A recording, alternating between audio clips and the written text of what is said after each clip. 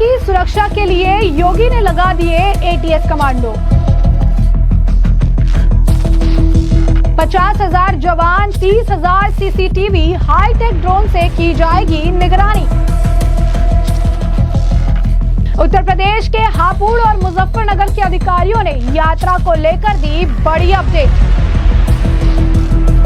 सावन का पावन महीना शुरू हो चुका है। कांवड़िया कावड़ लेकर अपने अपने रूट के जरिए बाबा भोलेनाथ पर जल अभिषेक करने के लिए रवाना हो चुके हैं। इस बीच उत्तर प्रदेश की जो सरकार है यानी योगी सरकार, उन्होंने इस कावड़ यात्रा को लेकर ऐसी सुरक्षा व्यवस्था की है जिसकी हर जगह काफी चर्चा हो रही है। 50,000 जवान तो 30,000 सीसीटीवी कैमरे, हाईटेक ड्रोन से अब इस कावड़ यात्रा की पूरी निगरानी की जाएगी ताकि किसी तरीके की कोई भी अप्रिय घटना ना घटे। तो उत्तर प्रदेश में इन दिनों आस्था का महासैलाब उमड़ पड़ा है। लाखों कांवड़िए शिव भक्ति में डूबे हैं। हरिद्वार से जल भरकर यूपी के अलग अलग शिव धामों की ओर बढ़ रहे हैं। लेकिन इस बार सिर्फ आस्था ही नहीं, सुरक्षा भी अभूतपूर्व है।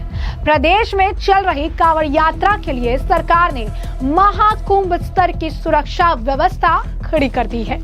इसके लिए 50,000 से ज्यादा सुरक्षा कर्मी, 29,454 सीसीटीवी कैमरे, 395 हाईटेक ड्रोन कावड़ मार्ग की निगरानी में लगे हैं। इनमें anti drone system, traders drone तक शामिल किए गए हैं जो सीधे डीजीपी मुख्यालय को लाइव वीडियो फीड भेज रहे हैं। आपको बता दें कि टेथर्ड ड्रोन यानी वो ड्रोन जो जमीन से जुड़े होते हैं, घंटों तक एक ही जगह मंडरा भी सकते हैं। अब आपको बता दें कि संवेदनशील इलाकों में स्थायी निगरानी के लिए ड्रोन्स का इस्तेमाल किया जा रहा है। कावड़ यात्रा की मॉनिटरिंग के लिए डीजीपी मुख्यालय में एक अत्याधुनिक कंट्रोल रूम भी तैयार किया गया है। यह कंट्रोल रूम 24 घंटे ऑपरेशनल है। कावड़ यात्रा मार्ग सहित राज्य के प्रमुख शिवालयों की ओर इसे लगातार निगरानी इससे की जा रही है। इसके साथ ही डिजिटल निगरानी की भी व्यवस्था की गई है। गलत सूचनाएं, अफवाहें या भड़काऊ पोस्ट रोकने के लिए 8 सदस्यीय सोशल मीडिया निगरानी टीम हाई अलर्ट पर है। यह टीम सभी डिजिटल प्लेटफॉर्म्स पर नजर रख रही है। जरूरत पड़ने पर संबंधित जिला प्रशासन को तुरंत अलर्ट कर दिया जाएगा। अब ऐसे में आपको बता दें कि उत्तर प्रदेश के मुजफ्फरनगर से तस्वीरें सामने आ रही है। एटीएस कमांडो उतारे गए हैं और वहां पर काफी ज्यादा पुलिस बलों की तैनाती की गई है। इस बीच वहां के जो अधिकारी हैं उनका बयान भी सामने आया है।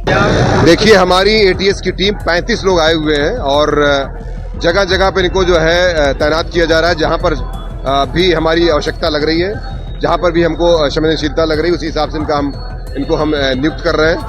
और आप देखे होंगे कि पूरे ये जितनी भी चीजें होती हैं अल्ट्रा मॉडर्न टेक्नोलॉजी से वो संयुक्त हैं। उनके असलहे बिल्कुल अल्ट्रा मॉडर्न टेक्नोलॉजी से संयुक्त हैं।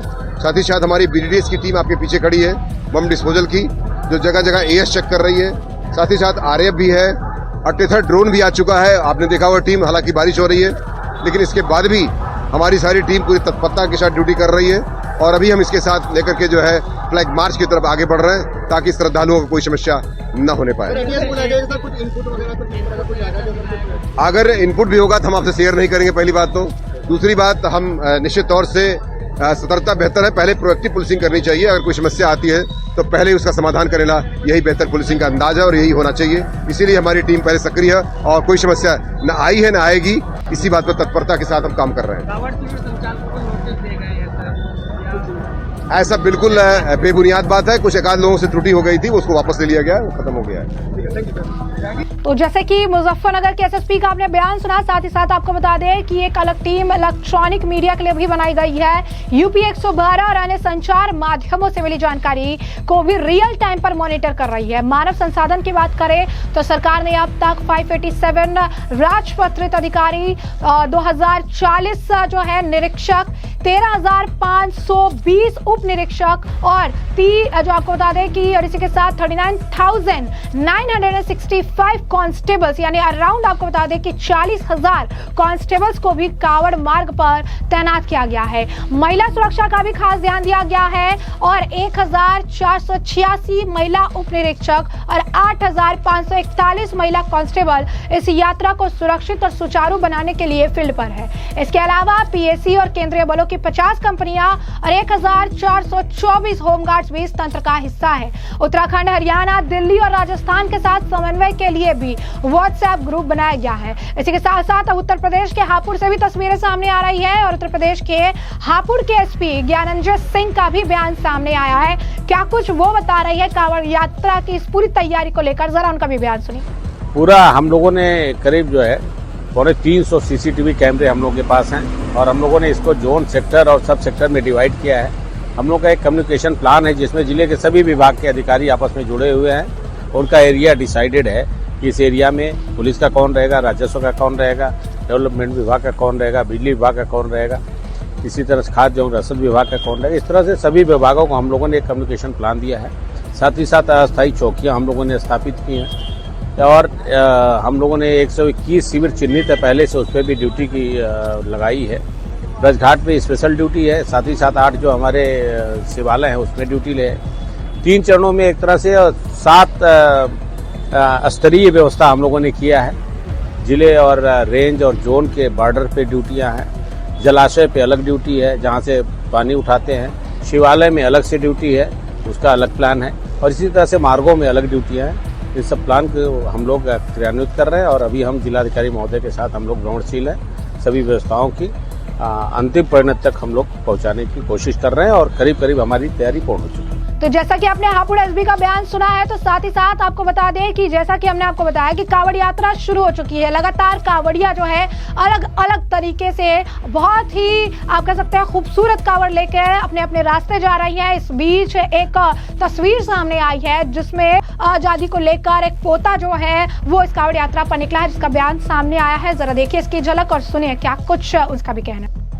हम हरियाणा बहादुरगढ़ लाइन पार शंकर गार्डन से हर की पेड़ी से हमने जल उठाया था, जो कि हम हरियाणा बहादुरगढ़ लाइन पर शिव मंदिर जाएंगे और 2024 में भी जल लेकर के आए थे। अपनी दादी जी को यात्रा करवाई थी अपने कंधों पे हर की पेड़ी से। हरियाणा गांव के शिवालय पे अपना जल अभिषेक किया था पिछली बारी की 2024 में और अब फिलहाल 2025 चल रहा है। 2025 में भी अब सावन शिवरात्रि को 23 जुलाई को जल अभिषेक कर देंगे अपने गाँव के शिवालय पे और अभी भी अपनी दादी जी को कंधों पे यात्रा करवाए। हम हरियाणा से आए लाइन पार से, हरियाणा बहादुरगढ़। ये हमारी सोच हमारे दिल में इच्छा थी कि हम अपनी दादी जी को अपने कंधों पे यात्रा करवाएं, क्योंकि हमारी माँ हमारे लिए सब कुछ है। जिन्होंने हमारे को पैदा किया है, जिन्होंने हमारे को पाल पोस के इतना बड़ा किया है, तो हमारा फर्ज है कि हम इनके लिए कुछ करें। करा रहे हैं, कैसा लग रहा है? बहुत अच्छा लगा। क्या कहेंगे के लिए? बस ये खुशी है, बच्चे अपनी मर्जी से लाए तो बहुत अच्छा लग रहा है, बहुत खुशी की बात। बच्चों को तकलीफ, वो एक तकलीफ हुई बच्चों को। क्या कहेंगी जैसे वो आज देखा जा रहा है कि मैं ऐसी औलादे पैदा हुई कि माँ बाप सही बात, तो बेटे ला सके, पोता न कर दिया सके, बहुत अच्छा कर। तो जैसा कि आपने सुना, उन्होंने बताया कि वो कहाँ से आ रहे हैं। उन्होंने बताया कि इससे पहले भी उन्होंने कांवड़ यात्रा के दौरान अपनी दादी को जो है भगवान भोलेनाथ के दर्शन कराए थे और इस बार भी उस संकल्प के साथ वो निकले हैं और इस बार भी जो है वो जो अपनी दादी को भगवान भोलेनाथ के दर्शन के लिए लेकर जा रही है। तो इस वक्त आपको बता दें कि उत्तर प्रदेश जो है ऐसी स्थिति को लेकर, खासकर जब श्रद्धा का मामला हो, जब अगर आप कहेंगे रिलीजन का मामला हो, जब धर्म की बात हो या फिर जब ऐसी स्थिति हो जहां पर कानून व्यवस्था चाक चौबंद होनी चाहिए, तो उत्तर प्रदेश हमेशा एक बड़ा एग्जाम्पल अन्य राज्यों के लिए सेट करता नजर आता है। ये बात किसी से नहीं छुपी कि उत्तर प्रदेश एक बहुत बड़ा राज्य है और ऐसे में कानून व्यवस्था सही, सटीक और लोगों के लिए सुचारू ढंग से की जाए, उसे लेकर उत्तर प्रदेश के मुख्यमंत्री योगी आदित्यनाथ हमेशा प्रयासरत रहते हैं। और अब कांवड़ यात्रा के लिए भी आपने देखा कि किस तरीके से उत्तर प्रदेश के मुजफ्फरनगर से लेकर हापुड़ तक पूरी व्यवस्था चाक चौबंद की गई है और किसी भी तरीके की कोई अप्रिय घटना ना हो, इसके लिए भी पूरी पुलिस बल और एटीएस की तैनाती जो है की गई है और हर इस तरीके के कारनामे पर जो है कड़ा एक्शन लिया जाएगा, इसे लेकर दिशा निर्देश भी दे दिए गए हैं। तो ऐसे में हमने आपको जो पूरा मामला विस्तार से बताया, तमाम आपने बयान सुन लिए हैं और इस मामले पर अब आपकी भी जो राय हो हमें कमेंट सेक्शन में कमेंट करके जरूर से जरूर साझा करिएगा। धन्यवाद।